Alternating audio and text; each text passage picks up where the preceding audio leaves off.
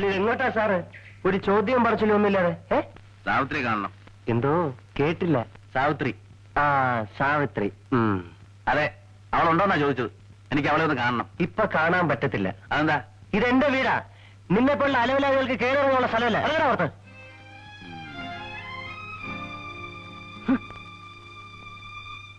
ശരിയാട്ടാ. എന്താ ശരിയാട്ടാ? കൈയൊക്കെ സുഖമായോ? ഓ, പിന്നെ എന്താടി ഇവര് വിലക്ക് വാങ്ങിച്ചിരിക്കുവാണോ? ഒരുത്തം കിടന്ന് കുറയ്ക്കണുണ്ടല്ലോ. നിന്നെ ഓർത്തിട്ടാ, അല്ലെങ്കിൽ ഞാൻ അവനെ പോവാൻ. വേണ്ട ശരിയാട്ടാ, സാരമില്ല, പോട്ടെ, ക്ഷമിക്കേ. ഇനി നിന്നെ കാണാൻ ഞാനിങ്ങോട്ട് വരികയല്ല. വന്നാ ഞാൻ അവൻ എന്തെങ്കിലും ചെയ്തു പോകും. ആ, നീ എന്നാ വീട്ടിലേക്ക് വരുന്നേ? ഞാൻ വരാം. വീട്ടിലെല്ലാവർക്കും? അവിടെ ആർക്കും വിശേഷമൊന്നുമില്ല, സുഖം തന്നെ. ഞാൻ പോട്ടെ. അടുത്ത ദിവസം വരാൻ കേട്ടോ.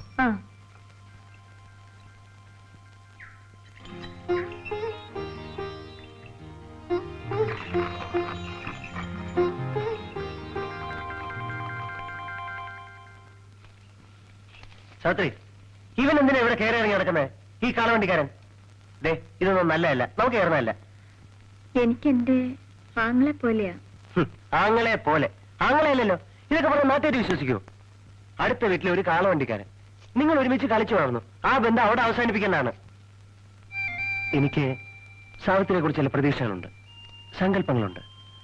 സാവിത്രി വിശ്വസിച്ചാലും ഇല്ലെങ്കിലും ശരി, നാളെ ഇവിടുത്തെ ഗ്രഹനായികയാകേണ്ടവളാണ് നീ. ഞാൻ പറഞ്ഞ സത്യമാണ്. അങ്ങനെയുള്ള നീ ഈ ചുറ്റുപാടുള്ളവർ നിന്നെ നോക്കി ഓരോന്ന് പറയാൻ തുടങ്ങും. അതെനിക്ക് സഹിക്കില്ല സാവിത്രി. പിന്നെ നിന്റെ ഇഷ്ടം.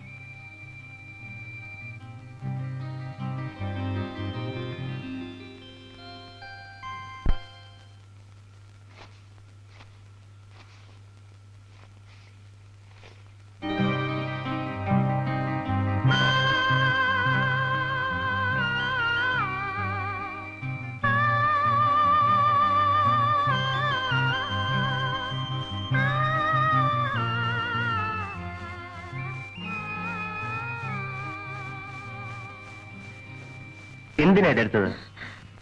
ഞാനിതൊരു നിധി പോലെ സൂക്ഷിച്ചു വെച്ചിരുന്നല്ലേ. ഞാൻ സാവിത്രിക്ക് എന്റെ ജീവൻ തന്നെ തരാൻ തയ്യാറാണ്.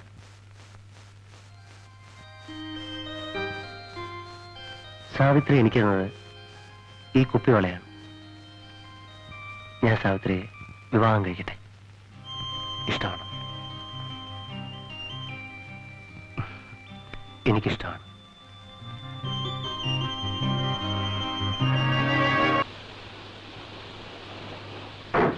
ഇതെന്താ ഇവിടെ? ഇതൊരു ഗസ്റ്റ് ഹൗസാ. നമുക്ക് മഴ കഴിഞ്ഞിട്ട് വീട്ടിലോട്ട് പോവാം. അങ്ങോട്ടുള്ള വഴിയും വളരെ മോശമാണ്. തന്നെയുമല്ല, ആ സമയത്ത് നിന്നെ കൊണ്ടുപോകുന്നത് ശരിയല്ല. വാ, ഇറങ്ങ. ഉത്സവം കലങ്ങിയത് സാറിന് കോളായി. അടിച്ചോണ്ട് വന്നല്ലോ ഒന്നിനെ. സാറേ, കഴിഞ്ഞ പ്രാവശ്യം സാറ് ഡാൻസ് ഏരിയ കൊണ്ടുവന്നല്ലോ. അവൾ ഇന്നലെ ഇതേ മുറിയിൽ അപ്പു സാറ് കൊണ്ടുവന്നിരുന്നു. താൻ മിണ്ടായിരുന്നേ, താൻ വിളിച്ചിട്ടു.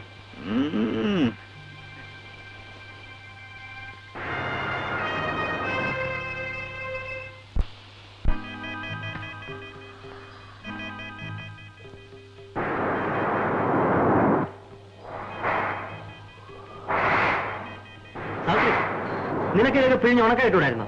വേണമെന്നില്ല. വാച്ചർ പറഞ്ഞത് മുഴുവനും ഞാൻ കേട്ടു. ഞാൻ പോവാണ്. സാവിത്രി, നീ പോയെന്നാ പറഞ്ഞേ? ഞാൻ പോകും. നിന്നെ എന്നെ ഞാൻ അറിഞ്ഞില്ല. നീ ഇവിടുന്ന് എന്റെ രക്ഷപ്പെടാൻ പറയുന്ന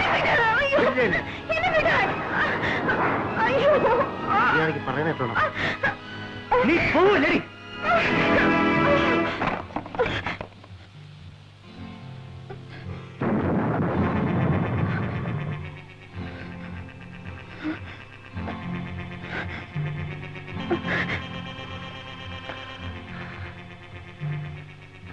സാവിത്രി, നിന്നെ ഇപ്പൊ എനിക്ക് എന്ത് വേണം ചെയ്യാം. പക്ഷെ ഞാനത് ചെയ്യില്ല. നിന്റെ അനുവാദം ഇല്ലാതെ നിന്റെ ശരീരത്തെ ഞാൻ തൊടില്ല. നിന്നെ ഞാൻ അത്രമാത്രം സ്നേഹിക്കുന്നു സാവിത്രി. സാവിത്രി, സാവിത്രിയെ കണ്ട നിമിഷം മുതൽ ഞാൻ മറ്റൊരു പെണ്ണിനെ കുറിച്ച് ചിന്തിച്ചിട്ടില്ല, മുഖത്ത് നോക്കിയിട്ടില്ല. നിന്നെ പോലെ പരിശുദ്ധിയും സുന്ദരിയുമായ ഒരു പെണ്ണിന്റെ ഭർത്താവാനുള്ള യോഗ്യത എനിക്കില്ലായിരിക്കും. പോട്ടെ. സാവിത്രിക്ക് അറിയാമോ സ്നേഹത്തിന് വേണ്ടിയുള്ള ദാഹം? അതിന്റെ വേദന അത് ഏറ്റവും കൂടുതൽ അനുഭവിക്കുന്നവനാണ് ഞാൻ. സാവിത്രി, ഞാൻ സാവിത്രിയെ വിവാഹം കഴിച്ചോട്ടെ? എനിക്ക് ഒരു ജീവിതം തരില്ലേ? നമുക്കും നമ്മുടെ കുഞ്ഞുങ്ങൾക്കും ഒരു കുടുംബമായിട്ട് ജീവിക്കാം.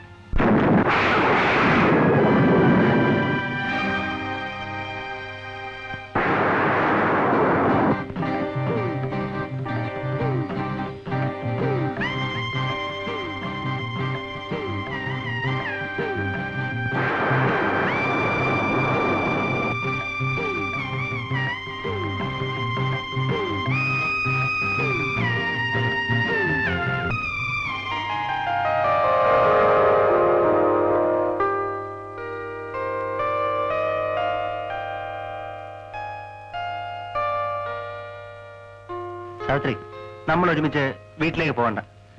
അമ്മയ്ക്ക് എന്തെങ്കിലും സംശയം തോന്നിയാലോ? ഇതാ ഇപ്പൊ ഒരു ബസ്സുണ്ട്.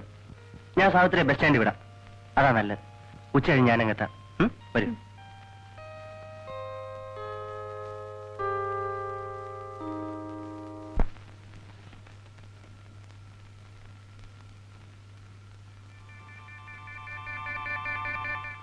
മില്ലിന്ന് തന്നതാ.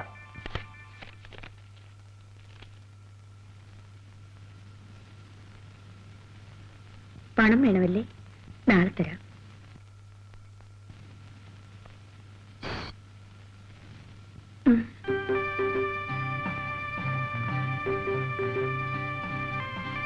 ശിവരാമ, ഒന്ന് വരൂ.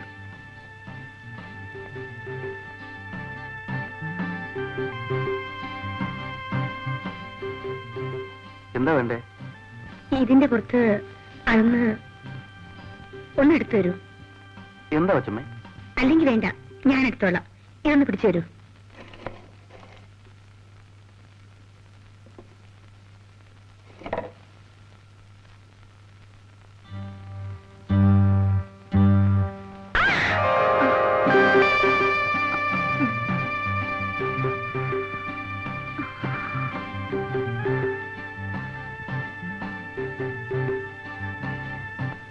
ഞാൻ പോകും.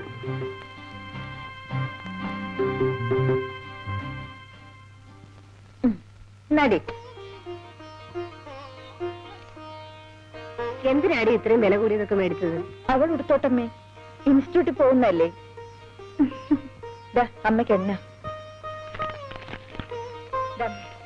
കടമൊക്കെ കൊടുത്തു വീട്ടിട്ട് ബാക്കിക്ക് അരി എന്തെങ്കിലുമൊക്കെ വാങ്ങിച്ചു വെച്ചേക്ക്. അല്ലെങ്കിൽ അച്ഛൻ കൊണ്ട് കുടിച്ചു കളയും. ഇപ്പൊ അച്ഛന് കുടിയില്ല പിടിയില്ല.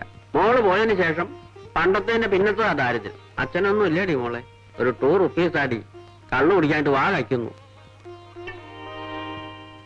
അച്ഛൻ കള്ളു ഷാപ്പിലേക്കുള്ള വഴി മറന്നതായിരുന്നു.